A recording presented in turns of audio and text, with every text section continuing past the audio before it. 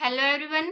तो आज के क्लास में हम जो है रिमाइंडर वाले जो क्वेश्चन है उनको सोल्व करेंगे। तो सबसे पहले हम क्वेश्चन करने से पहले जो है इसका कॉन्सेप्ट देख लेते हैं कि रिमाइंडर थ्योरम होती क्या है, इसका क्या कॉन्सेप्ट है। तो देखो, रिमाइंडर थ्योरम में जो है क्या होता है, देखो अगर हम 17 को 5 से डिवाइड करेंगे तो 3 पे जाएगा ये, और जो है हमारा 2 बचा यहाँ पे। तो ये 2 बचा, इसको बोलते हैं रिमाइंडर और इसको हिंदी में बोलते हैं शेषफल। ठीक है। और ये 3 पे गया तो इसको क्या बोलेंगे, इसको इंग्लिश में क्वोशिएंट बोलते हैं और हिंदी में इसको भाजक बोलते हैं। ठीक है। और हमने 5 से इसको डिवाइड किया तो 5 को बोलते हैं डिविजर और हिंदी में इसको बोलते हैं भाजक। लेकिन ये जो बीच वाली संख्या है, इस संख्या को हमने डिवाइड किया है 5 से, तो इसको क्या बोलेंगे, तो इसको बोलते हैं हम डिविडेंड या फिर भाज्य। ठीक है। तो इसमें क्या आएगा, हमारे पास क्वेश्चन बनेंगे, 3 चीजें दे देंगे कैसे भी। तो एक चीज हमें भाज्य या भाजक या फिर क्वेश्चन या रिमाइंडर निकालना हमारे पास आ जाएगा। ठीक है। तो इससे हमारे पास यहाँ पे बन गया, देखो 17 इक्वल्स टू क्या आ गया यहाँ पे, 17 इक्वल्स टू आ गया 5 इंटू में 3 प्लस में 2। तो 17 क्या है यहाँ पे, भाज्य है यानी डिविडेंड। 5 क्या है यहाँ पे, डिविजर है। और 3 क्या है, क्वोशिएंट है। प्लस में 2 क्या है, रिमाइंडर। तो ये देखो 5 3 जा 15 प्लस में 2 तो हमारा 17 ही आएगा। तो इससे ये एक बन गई हमारी फॉर्मूला होता है, ये रिमाइंडर थ्योरम होती है कि जो डिविडेंड है वो किसके इक्वल होता है, डिविजर इंटू में क्वोशिएंट प्लस में रिमाइंडर। हिंदी में होता है भाज्य किसके इक्वल होता है, भाजक इंटू में भागफल प्लस में शेष। ठीक है। तो इसी से जो है क्वेश्चन बनेंगे, सारे क्वेश्चन इसी से हम सोल्व करेंगे। तो चलते हैं हम क्वेश्चन पे। देखो फर्स्ट क्वेश्चन क्या है, in a division sum the divisor is 12 times the quotient and 5 times the remainder. If the remainder is 36 then the dividend is। एक विभाजन योग में जो है भाजक भागफल का 12 गुना और शेष का जो है 5 गुना होता है। तो शेषफल 36 है तो हमें लाभांश यानी डिविडेंड निकालना है। डिविडेंड क्या होगा यहाँ पे, तो देखो क्या दे रखा है, डिविजर। डिविजर क्या है, डिविजर को हम स्मॉल डी से यहाँ पे डिनोट कर रहे हैं। डिविजर क्या है, 12 टाइम्स किसके, क्वोशिएंट के है। ठीक है। और क्या है डिविडेंड, डिविडेंड यहाँ पे सॉरी डिविजर है 5 टाइम्स रिमाइंडर, 5 टाइम्स रिमाइंडर है। और अगर हमारा रिमाइंडर यहाँ पे कितना है, 36 है, तो हमें डिविडेंड यहाँ पे निकालना है। तो देखो रिमाइंडर 36 है, इसमें पुट कर देंगे हम, तो यहाँ पे हमारे पास डिविजर आ जाएगा। तो डिविजर इक्वल्स टू आएगा 5 इंटू में 36। तो ये आ जाएगा 0, 5 3 जा 15, 180। तो हमारे पास डिविजर आ गया 180। ठीक है। तो इससे हम देखो डिविजर इक्वल्स टू है 12 इंटू क्वोशिएंट, यहाँ से हम क्या निकाल लेंगे, क्वोशिएंट और निकाल लेंगे। तो डिविजर की जगह 180 पुट कर देंगे और 12 इंटू में क्वोशिएंट। तो यहाँ से क्वोशिएंट क्या आ जाएगा हमारा 180, 12 इसके नीचे चला जाएगा तो ये कितने पे जाएगा, 12 1 जा और 5 जा। तो यहाँ से हमारे पास क्वोशिएंट आ गया 15, डिविजर भी आ गया, रिमाइंडर भी है। तो डिविडेंड हम इजिली निकाल सकते हैं। जो डिविडेंड होता है वो क्या होता है हमारा, वो होता है डिविजर इंटू में क्वोशिएंट प्लस में रिमाइंडर। तो यहाँ पे डिविजर कितना है हमारा, देखो डिविजर है 180 इंटू में क्वोशिएंट, क्वोशिएंट कितना है 15 है, प्लस में आर रिमाइंडर, रिमाइंडर कितना है देखो 36 है। तो ये कितना आ जाएगा, देखो 0 0 27 प्लस में 36। ठीक है।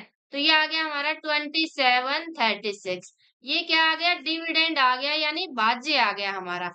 तो ऑप्शन जो है हमारा सेकंड करेक्ट हो जाएगा। ठीक है। अब हम चलते हैं नेक्स्ट क्वेश्चन पे। अगर आपको ये नहीं समझ आया तो ऐसा ही हम एक क्वेश्चन और कर रहे हैं। देखो क्या है, एक विभाजन योग में भाजक भागफल का 15 गुना और शेषफल का 3 गुना है। और अगर शेषफल 30 है तो भागफल क्या होगा। अब हमें क्या निकालना है, क्वोशिएंट निकालना है। क्या है, divisor is 15 times the quotient and 3 times the remainder. तो देखो क्या है, डिवीजर है, डी स्मॉल डी से हम डिवीजर को डिनोट कर रहे हैं। तो डिवीजर क्या है, 15 टाइम्स द क्वोशिएंट है।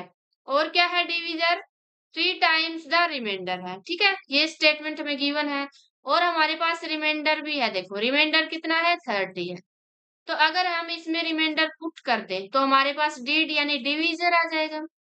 तो d इक्वल्स टू देखो क्या आ जाएगा, 3 इंटू में आर क्या है, 30 है। तो ये आ गया हमारा 90, यानी जो डिवीजर है हमारा वो क्या आ गया, 90 आ गया हमारे पास। अब अगर हम डिवीजर रख दें यहाँ पे 90 तो हमारे पास ये क्वोशिएंट आ जाएगा। ठीक है, तो d की जगह 90 रखेंगे, 90 इक्वल्स टू क्या आ जाएगा, 15 इंटू में q।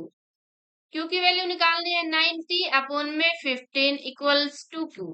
ठीक है, मतलब क्वोशिएंट है 15 6 पे जाता है, 6 इक्वल्स टू क्यू आ गया, यानी हमारे पास क्वोशिएंट कितना आ गया, 6 आ गया है।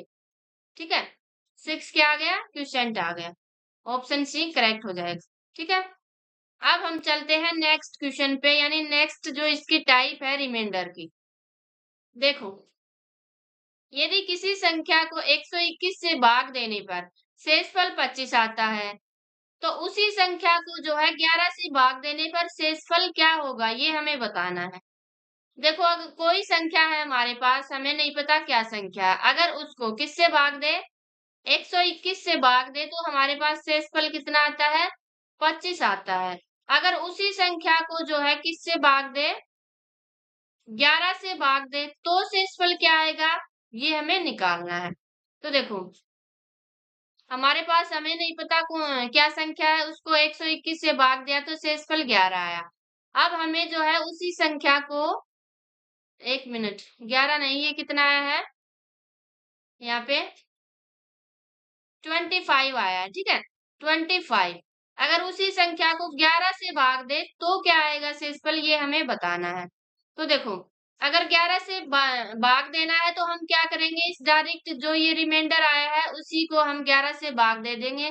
तो क्या बचेगा, देखो 11 दूनी 22, तो 3 बच जाएगा, यानी 3 रिमाइंडर आ जाएगा। ठीक है, तो ऑप्शन हमारा ए करेक्ट हो जाएगा। अब मैंने जो है डायरेक्ट इसी रिमाइंडर से क्यों डिवाइड किया, क्योंकि देखो 121 का 11 क्या है, ये इसका फैक्टर है। ठीक है, यानी ये इसको डिवाइड कर रहा है। तो अगर हमारे पास क्या हो, इसका फैक्टर से ही डिवाइड करना हो तो सेम रिमाइंडर बचता है। देखो दूसरा एग्जांपल लेती हूँ मैं यहाँ पे, अगर कोई संख्या है 8, ठीक है, दूसरी ले लेते हैं, 50 है। अगर हम 50 को 10 से डिवाइड करेंगे, ये तो पूरा पूरा चला जाएगा यहाँ पे। अगर हम 50 को किससे डिवाइड करें, 3 से, 8 से डिवाइड कर लेते हैं, तो हमारे पास रिमाइंडर कितना बचेगा, 2 बचेगा। ठीक है, अगर 50 को ही 4 से डिवाइड करें तो क्या रिमाइंडर बचेगा, तो भी 2 ही बचेगा, क्योंकि 4 क्या है, इसका जो है फैक्टर है। ठीक है, तो ऐसे होता है। तो देखो नेक्स्ट क्वेश्चन देखते हैं हम इसी टाइप का। यदि किसी संख्या को 91 से भाग देने पर शेषफल 17 आता है, तो उसी संख्या को 13 से भाग देने पर शेषफल क्या होगा। देखो, कोई संख्या है उसको 91 से भाग दिया तो शेषफल क्या आया, 17। अब उसी संख्या को किससे भाग देना है, 17 से, सॉरी 13 से भाग देना है, तो शेषफल क्या आएगा, ये हमें बताना है। तो देखो 13 क्या है, इसका फैक्टर है तो जो है शेषफल क्या आएगा, 17 ही आएगा। अब हम डायरेक्ट 17 को ही 13 से डिवाइड कर देंगे तो क्या आएगा, 13 एकम 13, 4 बचेंगे, यानी 4 क्या आ जाएगा, हमारा रिमाइंडर आ जाएगा। ऑप्शन बी करेक्ट हो जाएगा। अगर ये इसका फैक्टर आ रहा है तो सेम रिमाइंडर आएगा, अदरवाइज नहीं आएगा ये। ठीक है, अगला देखो क्या है, यदि n को जो 6 से भाग देने पर शेषफल 4 आता है और 2n को 6 से भाग देने पर शेषफल क्या होगा, ये हमें बताना है। देखो n को 6 से डिवाइड करने पर जो है शेषफल यानी रिमाइंडर 4 आ रहा है, अगर 2n को 6 से भाग देंगे तो रिमाइंडर क्या आएगा, ये हमें बताना है। देखो यहाँ पे n का 2 टाइम्स कर दिया, यानी डबल कर दिया। ठीक है, लेकिन संख्या वही है, 6 से डिवाइड करें तो रिमाइंडर का भी हम क्या करेंगे, 2 टाइम्स कर देंगे यहाँ पे। तो यहाँ पे रिमाइंडर जो है 8 बच जाएगा।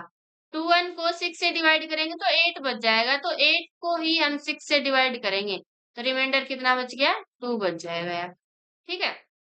अगर यहाँ पे 3 टाइम्स हो रहा होता, जैसे n को 6 से डिवाइड करने पर 4 आ रहा है, तो 3n को 6 से डिवाइड करने पर क्या आ रहा है, तो हम डायरेक्ट रिमाइंडर का ही 3 टाइम्स कर देंगे। ठीक है।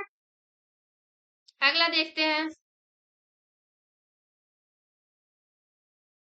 यदि किसी संख्या को 6 से भाग देने पर शेषफल 3 आता है, तो उसी संख्या के वर्ग को 6 से भाग देने पर शेषफल क्या होगा? If the remainder of a number divided by 6 is 3, then what will be the remainder when the square of the same number is divided by 6? क्या है?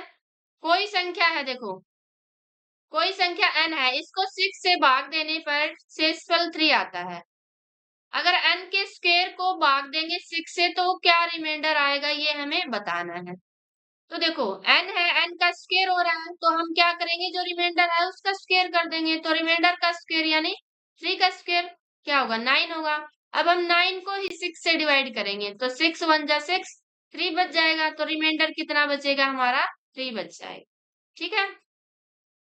तो आई होप आपको क्वेश्चन समझ आए होंगे। तो अगर समझ आया तो वीडियो को लाइक कर देना और चैनल को सब्सक्राइब कर देना ऐसी वीडियोस देखने के लिए। Thank you.